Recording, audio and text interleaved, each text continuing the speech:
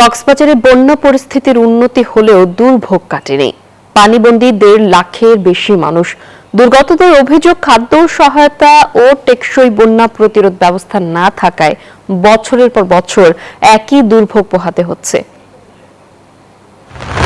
রবিবার থেকে শুরু হওয়া টানা ভারী বর্ষণে কক্সবাজারের বিস্তীর্ণ জনপদ তলিয়ে যায় বন্যার পানিতে।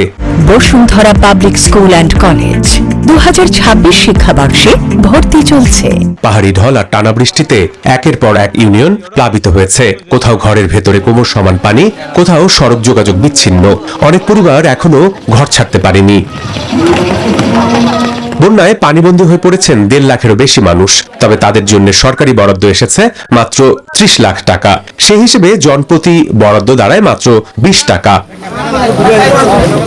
650টি আশ্রয় কেন্দ্র খোলা হলেও অধিকাংশ আশ্রয় কেন্দ্রই প্রায় ফাঁকা।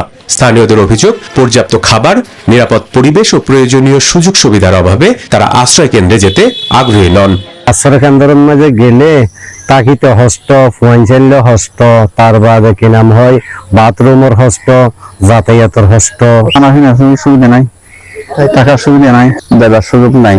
সাইকেল সেন্টার আছে, আশ্রয় কেন্দ্র যদি তাকে নিয়ে যায়।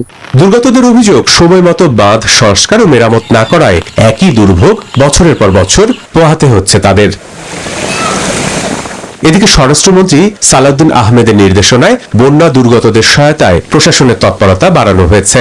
আমরা বেরিবারটা সংস্কার করে তারপরে আমরা দেন বন্যা দুর্গতদের কাছে আমরা পৌঁছাবো ইনশাআল্লাহ।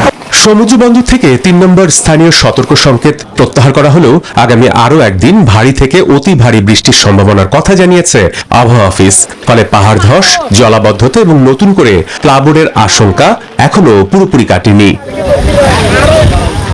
Desk report, news 24।